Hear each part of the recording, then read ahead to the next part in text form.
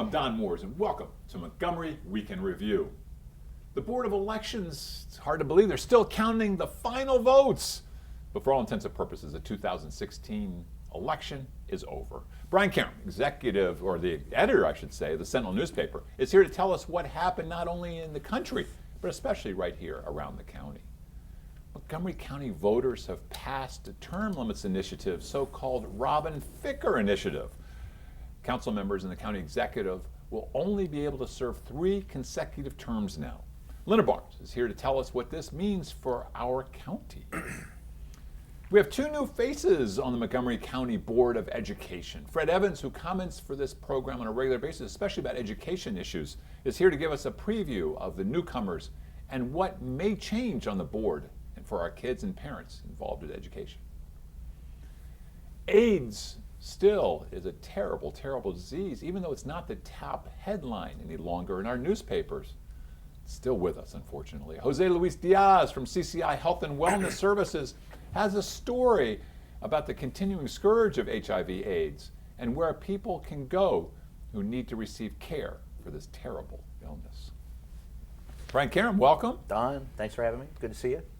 Reading your editorials over this election, I mean, so much of what you were trying to stand up for was, might put it in a paraphrase it, against bullying, against folks who wouldn't tell the truth, and that's the big one. And you're standing up for the process where let the ideas factual judge. Dissemination of information, and that's gone by the wayside. I think it's probably dead.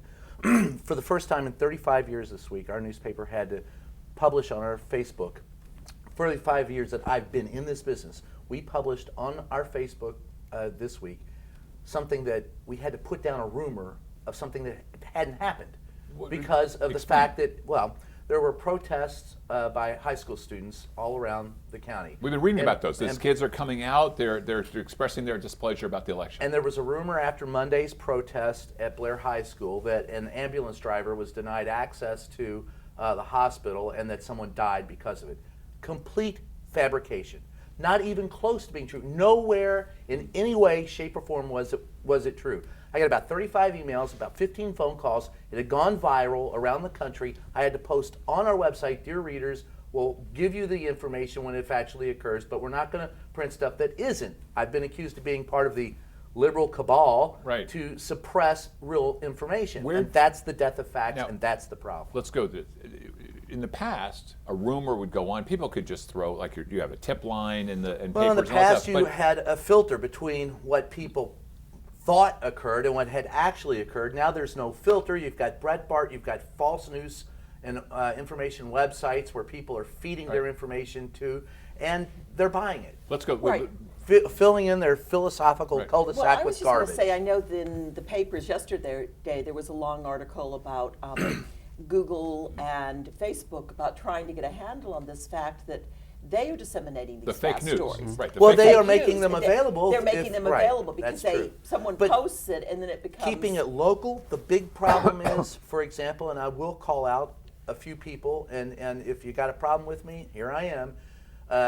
Dan McHugh from the Republican Party gave me a call last night and wanted me to publish a story saying that the teachers union and the Democratic Party was behind the protest and that students and that I was in collusion with them to promote it, which is just garbage. It didn't happen. But let me ask the Washington Post and WTOP then produced a story yesterday that a peaceful protest from Richard Montgomery had become violent, and that was inaccurate. And that was the kid getting...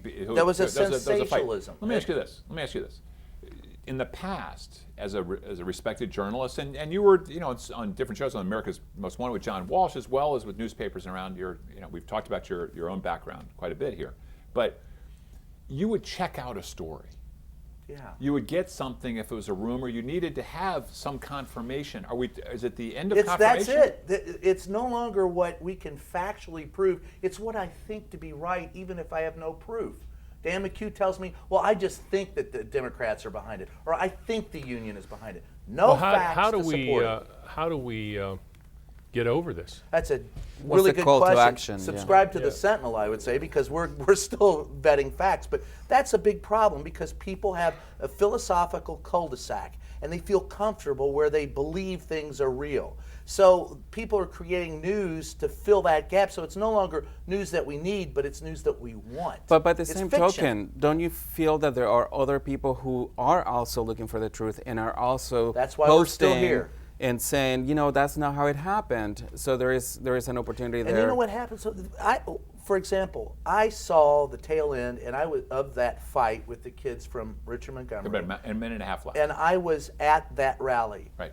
And even though I saw with my own eyes what occurred, I'm told that I'm lying.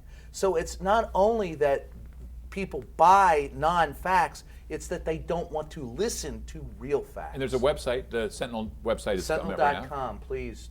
We vet our facts. I think one of the things is, though, it's, as everybody says, a 24-hour news cycle. I mean, that's part of the problem. When You you've still gotta got be the responsible. television, it's partly responsible for this constant churning of news because you don't have time to check the facts. Well, that's it. What the problem is. Like I called someone out who posted something on my Facebook, and I said, "Look, that's not a vetted website." And he goes, "Yeah, I just did it in haste." Well, guess what? I don't have that luxury. Guess what? I'm in the business. I get sued for libel if I publish stuff that I know is inaccurate or factually Maybe inaccurate. not anymore. Well, yeah, well, Well, 45 I'll just be seconds jailed. So going forward, the biggest problem that we face as a country in communicating with one another, and I firmly believe that we need to come together, but you've got to understand that it starts with factual information first. Yeah. Yeah. And there, I'm going to speak to this a little bit when I 20 seconds. get my chance, but there are also positive things that the media can come across. I saw messages from the president of Montgomery College as well as the superintendent of schools that he sent out to all the schools Yes. about how we should be dealing with exactly what we're talking about. And I'm giving you 5 extra seconds. Well, I will comment. say that's, if you want to make a difference, please vet your facts and look really deeply at what you believe to be true. Okay. All right. And read the Sentinel newspaper. And read the Sentinel every day. Linna, welcome. Well, thank you. I'm Sorry, glad to be here. we're stepping on your time That's here. okay. I apologize. I'm fine. So we come in here and we've got this term limits, and I have to tell you, going in and looking for me ahead, a week going in, my wife asked me, well, how do you feel about the term limits? And there was this gut feeling inside that said, you know what, change is good. And then as I got closer and closer, I said, we can't have term limits. Term limits, if you feel strongly, you vote people out. But obviously, my side lost. Well, I was going to say, and I'm the president of the League of Women Voters, and we have a very strong position nationwide, statewide, the county, against term limits, that we do not approve them. This was passed back in the height of passing them, which was 92. That's when the Right. league took their position. Right. And so, interestingly, Montgomery County is very far behind the curve on this one because we haven't had them, and now it's what? or maybe they're starting a new curve. But Maybe there is. But isn't it ironic that, it seems like we're following Prince George's County's example. We want to emulate Prince George's County's government. Well, and Prince George's County passed them in the 90s, and Yeah. now we're going to have this turnover. Though ours is 3 consecutive terms. That's 12 years as opposed to the 8 years. Let me ask you this. When we were speaking earlier, you had an interesting story as you were standing in line, maybe real quick. Well, yes, I was standing in line to vote, Right. and people behind me were saying, oh, term limits. Well, we're definitely for those. We want to throw these people. And it was, we want to throw these people out. Right. And this is the only way to do it. You can't Change is vote good. them out. Change is good, Change whatever. is good. Okay. However, then, the line takes forever. I mean, this is, and Wrapped around. the next, suddenly somebody said, which is the Robin Ficker Amendment? And somebody said, oh, that's the term limits. That's question B's. And they all went, oh, I'm going to vote against that. I won't vote for anything supported by Robin Ficker. So it's interesting how there is a response to the man who put this forward, Robin Ficker, who's somewhat famous. Controversial, good word for it, in Montgomery County, and the question of term limits. But we didn't see anything with Robin Ficker on this. He was very hidden. Usually he's out in front. and Well, he wasn't that hidden. We Well, conducted but none of the posters were Ficker Right, Amendment. that's right. The It Ficker wasn't- yeah. Amendment, nobody, none No. of the opposition was opposed to the But he Ficker was out Amendment. leading the charge. He appeared Yes. at when we hosted a debate, he was the one that was interviewed. Yeah. He was the one that. So he Let me wasn't ask- totally silent. So for the county council, I want everybody to come in and ask questions. But for the county council and for the county executive. I guess the county executive, this doesn't matter because he already announced that he's going to retire. Yes, and he had served three terms. That's correct. Right. So he wouldn't be able to serve again, but he's not going to.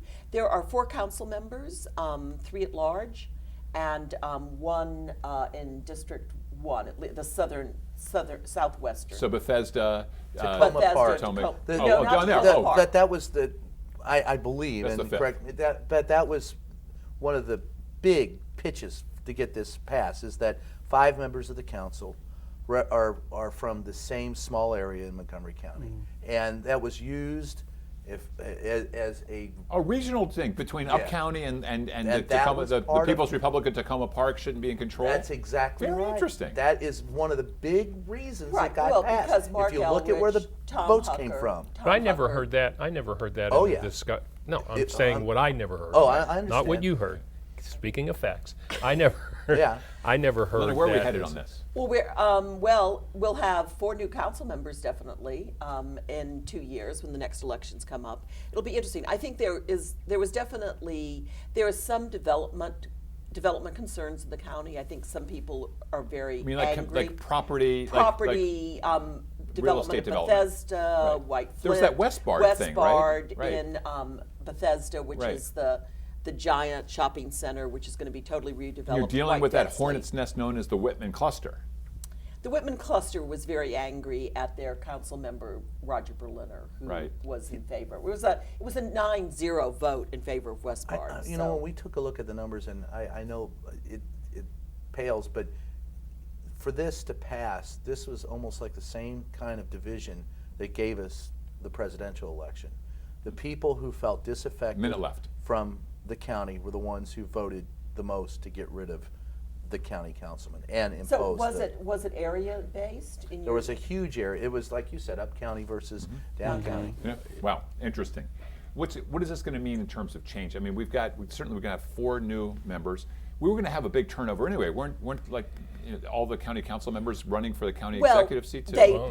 They talked they about will, that, for but sure. now they will for sure. I'm not certain. I Sometimes think 2 they have look already at it. announced. They look at who it is and they say, no, I'm not going to run because I don't want to compete against these people. But now I think George Leventhal, He's already in. he's already in. What about Nancy Florine? I mean, she's That's the other- rumor. She's And, the one and closest. I've heard rumors about Elrich. Berliner and Elrich too. Berliner and Elrich have both. You guys, this is music to my ears, and Linda, we could talk about this for so long because this means we've got topics for many months to go. It means you're going to have a 2018 's lot around of the corner. topsy-turvy For in the years. county council. Linda, thank you so much. Oh, you're welcome. Glad We'll to be right here. back after these messages.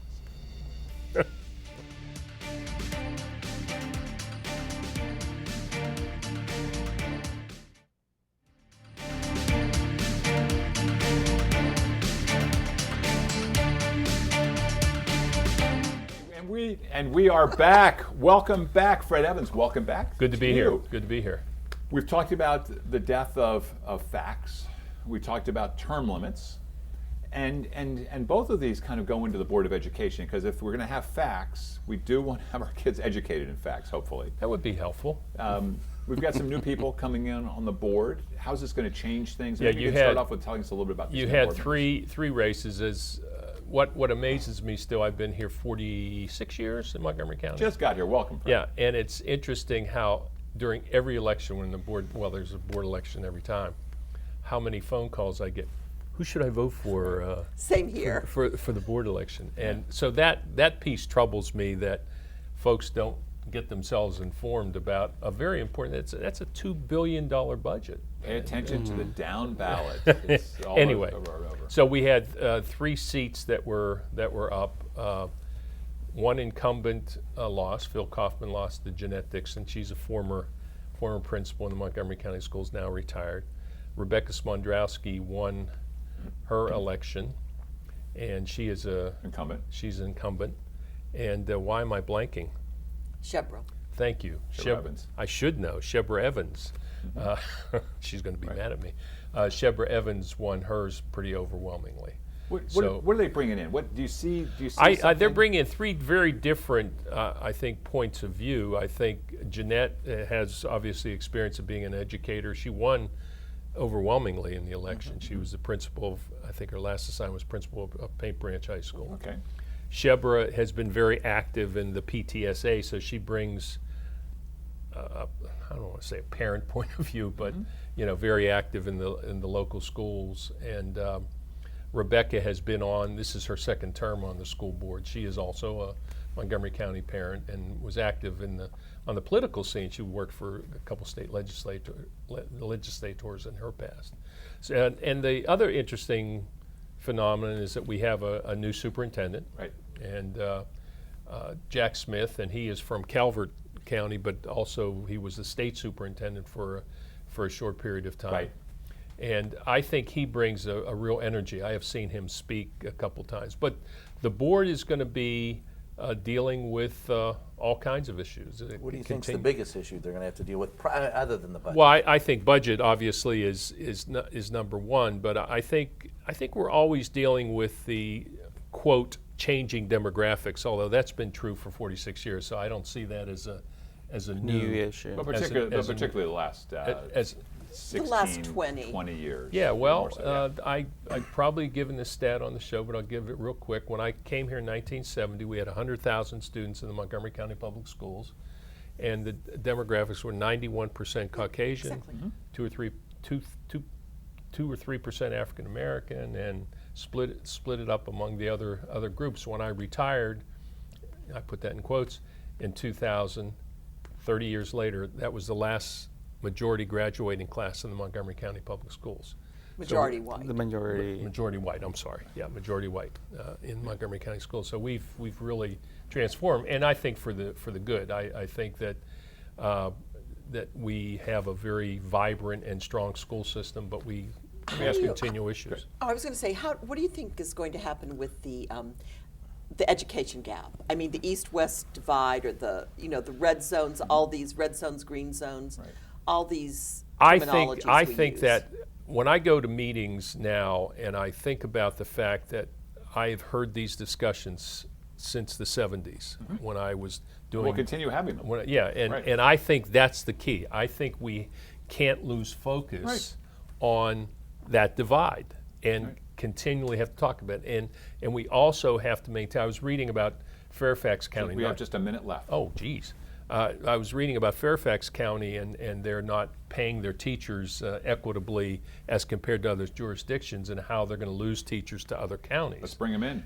And what I think is good about Montgomery is that we recognize that we need to have good staff, effective staff, and continue on this issue. Don't just ignore it or brush it Let me ask aside. you about this. What's going on the inside the classroom? Also, the classrooms themselves. When I pass by East-West Highway between my house and my work, all those portables out there. Oh. We've got still the info. What's going to happen? I mean, how do you keep up with these changes when we're talking about Once bricks and again, mortar? that's been an ongoing issue, and it's gotten more pronounced because we keep increasing Well, 2,000 students every year. I want to know how they're going to deal with the textbook issue, with the influx of the pressure now from Texas to pressure school systems to take facts that they 10 seconds that left. they If you approve. can reply, and then we got to go. That's a good question. But it is very, very important that we have appropriate material and appropriate. Promise you, we'll come back and we'll talk Yeah, about oh, yeah. textbooks in another That's time. one we gotta talk Let's do about. that. That's a huge. good issue. And what are facts? Huge. Yeah. Thank you very much, José Luis. Hi. We've gone through all these elections. Yes.